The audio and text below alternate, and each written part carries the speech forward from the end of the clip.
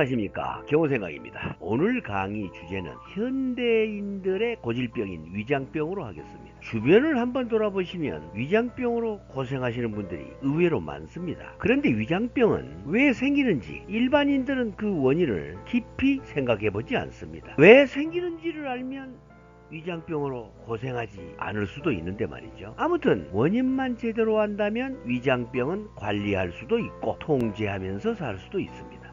그래서 오늘 제가 위장병의 진짜 원인과 재발하지 않는 확실한 치료법을 설명해 드리려고 합니다. 중요한 것은 아는 것보다 실천입니다. 오늘 강의를 들어보시고 도움이 되셨다면 좋아요 한번 꼭 눌러주세요. 구독과 좋아요가 적어서 광고가 없네요. 방송하는데 도움이 되도록 구독 또 좋아요를 팍팍 눌러주시죠. 자, 그러면 강의 시작하겠습니다. 그러면 먼저 위장병을 알기 위해서는 위장의 역할이 뭔지, 그리고 위장에 해로운 것이 뭔지를 알아야 위장병을 관리하고 통제할 수 있게 됩니다. 흔히 소화라고 하면 우리가 먹은 음식이 위장에서 분해하고 흡수할 것으로 생각합니다. 그런데 사실은 위장에서는 거의 소화작용을 하지 않습니다. 실질적인 소화작용은 간과 담과 비장의 도움을 받아서 십이지장, 소장, 대장에서 합니다. 그리고 영양소 흡수는 대부분 소장에서 하죠. 그런데 왜 속이 불편하면 위장병이라고 부를까요? 위장은 오로지 음식을 잘게 부수고 화학적으로 분해하는 전처리 공장이나 주로 창고 역할을 하는 그런 보관 장소일 뿐인데 말이죠. 아무튼 위장은 입으로 들어온 음식을 받아서 보관하고 있다가 소장에서 영양소를 흡수하는 속도에 맞추어 조금씩 내려보내주는 역할을 합니다. 소장의 처리 속도에 맞추어 음식을 내려보내주어야 소장이 영양분을 잘 흡수할 수 있기 때문에 위장은 물류창고 역할을 한다고 보시면 됩니다. 그리고 위장에는 화학처리용으로 분비되는 위산이 있는데요. 이 위산은 단백질은 잘 분해할 수 있는데 식물의 셀룰로즈는 분해하지 못합니다. 그래서 거친 셀룰로즈는 배설될 때까지 분해되지 않고 소화기관에 극심한 스트레스를 주어서 복부 팽만 증상을 일으키죠. 그래서 포만감으로 계속 배가 불러 있다는 것은 사실 위장이 소화를 못해서 쩔쩔매고 있다는 현상이라고 보시면 됩니다. 그리고 위장의 위산은 음식과 함께 들어온 세균과 바이러스 그리고 곰팡이 등을 1차적으로 제거하는 그런 살균 작용도 있습니다. 또한 유비역 세포에서 분비되는 네인자라는 물질은 비타민 B12와 결합을 해서 소장이 비타민 B12를 감지하고 흡수하도록 도와줍니다. 이 비타민 B12는 악성 빈혈을 예방해주는 중요한 영양소죠. 그리고 또한 위산은 음식 속의 철분을 소장에서 흡수하기 쉽게 이온화시켜주는 중요한 역할도 있습니다. 이렇게 위장은 음식을 섞고 단백질을 분해하고 세균을 죽이고 일부 비타민 흡수의 보조적 역할을 하기도 하지만 특별히 알코올과 일부 약물은 일부분 위에서 흡수를 하죠. 그래서 술을 마시면 바로 취기가 올라오는 현상이라든지 진통제를 먹으면 빨리 통증이 사라지는 그런 현상을 보아서도 알코올과 일부 의약품은 위에서 흡수된다는 사실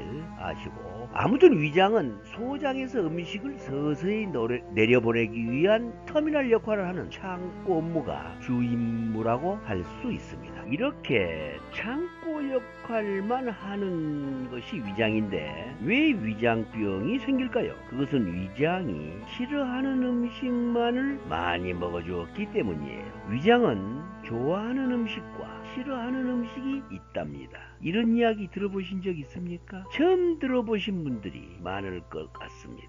한번 귀 기울여 들어보시기 바랍니다. 위장병 치료에 아주 중요한 이야기가 될 수 있습니다. 위가 싫어하는 음식이 위장병을 부릅니다.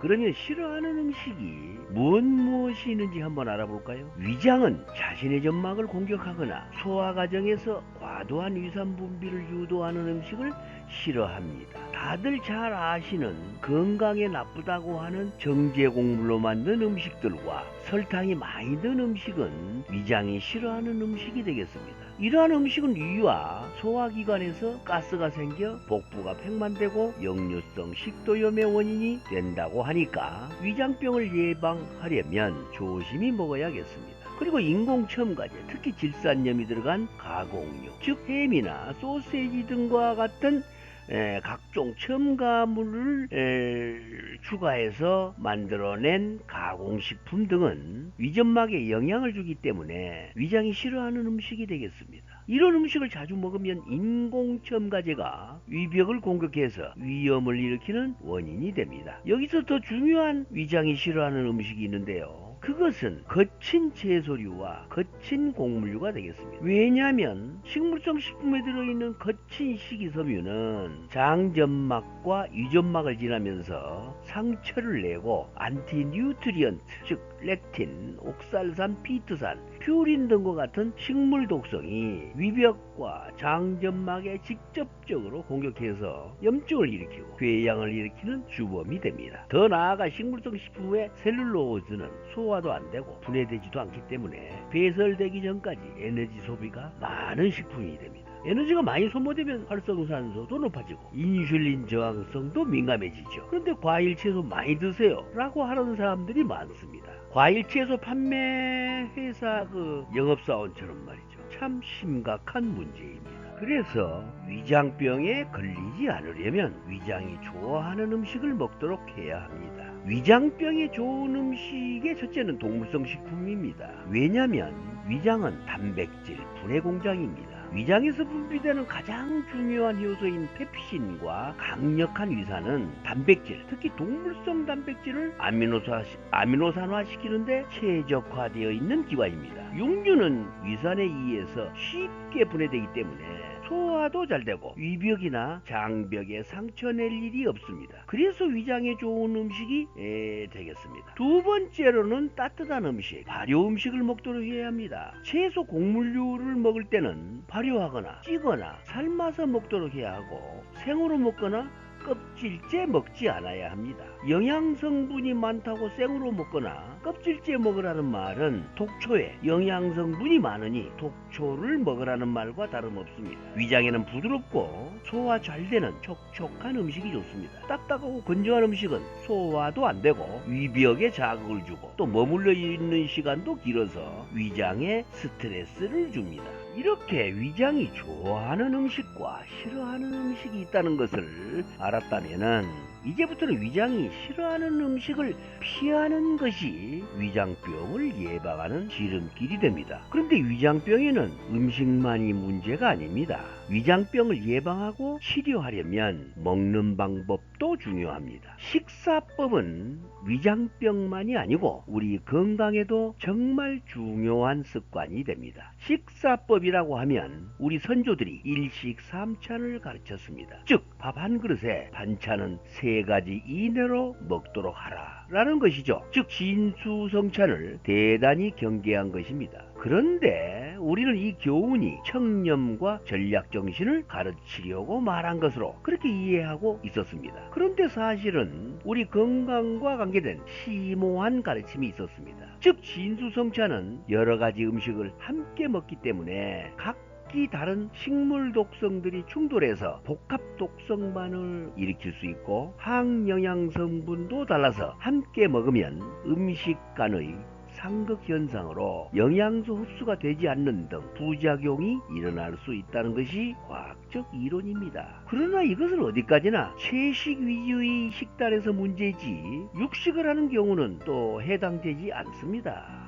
왜냐하면 동물성 식품은 식물성 식품처럼 고유한 독성물질이 없기도 하고 고기는 우리 인체의 세포와 동일해서 우리 몸에 거부 반응이 없기 때문이에요. 또한 육류는 보통 한 종류만 먹어도 필요한 영양소가 다 들어있는데 식물성 식품은 동물성 식품과 달라 식물마다 영양소가 적거나 많거나 없거나 해서 꼭 여러 가지를 함께 먹어야만 영양 관리가 되기 때문에 진수성찬을 하게 된 겁니다. 그래서 일식삼찬을 하려면 영양가가 풍부한 육류가 절대적으로 필요하게 됩니다. 아무튼 위장이 편해야 장수할 수 있습니다. 그러기 위해서는 위에서 말한 것처럼 일식삼찬으로 먹도록 해야 할 것입니다. 자, 이번에는 먹지 않으면 위장병도 없다라는 주제로 이야기해 보겠습니다. 위장병은 아무튼 무언가를 잘못 먹어서 생기는 병이에요. 아무것도 먹지 않으면 생길 일도 없죠. 그런데 모든 생물체는 무언가를 먹어야 합니다. 그렇지만 옛 사람들에 비해 현대인들은 너무 많은 종류의 음식을 먹고 있어요. 아침에 일어나 잠들기 전까지 종일 무언가를 먹는 사람도 있습니다. 그런데 이렇게 음식이 끊임없이 들어오면 소화기관은 휴식 시간을 갖지 못하고 계속해서 소화 효소를 분비해야 하고 쉬지 않고 대사작용을 해야 합니다. 그러면 활성산소의 발생도 높아지고 인슐린을 쉬지 않고 공급하게 되어 인슐린 저항성을 유발하는 원인을 만듭니다. 높은 활성산소와 인슐린 저항성은 만병의 근원이라는 사실 다들 아시죠? 그래서 하버드 의대 유전학과 데이비드 싱클레어 교수는 많이 먹을수록 그만큼 생명의 길이도 줄어든다 라고 경고합니다. 이 말의 뜻은 풍족함보다 적당한 공복 상태에서 세포가 정화작용을 하는 시간을 갖게 되고 이때 몸 안에 노폐물이 제거되는 자연 치유기전이 작동하기 때문이라고 합니다. 싱클레어 교수는 또 이렇게 말합니다. 하루 3끼를 의무적으로 먹고 하루 종일 무언가를 먹는다면 우리 몸은 빨리 늙게 될 것이고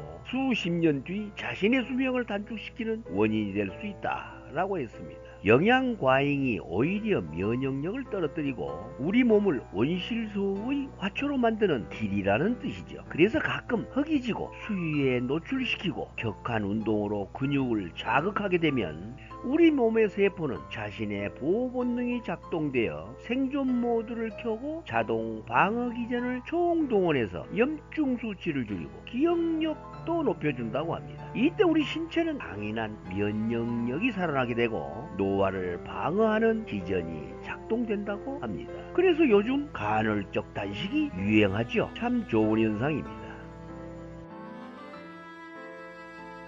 자, 마무리하겠습니다. 지금까지 설명한 내용을 잘 이해하셨다면 위장병 치료의 첫째는 어떤 음식을 어떻게 먹느냐가 중요하다는 것을 아셨을 겁니다. 그러면 오늘 당장 밥상 위에 늘어놓은 진수성찬은 치우시고 두세 가지 내가 좋아하는 영양가 높은 단촐한 밥상으로 준비해보세요. 위장병은 먹어서 생긴 병입니다. 치료의 핵심은 위장에 좋다는 무언가를 먹을 것이 아니라 위장이 싫어하는 음식을 피하는 것입니다. 생채소와 통곡물, 질긴 섬유질 같은 것들 말이죠. 그런데 우리나라 사람들은 배고픈 시절에 먹었던 풀뿌리, 잡초로 버무린 음식을 그리워합니다.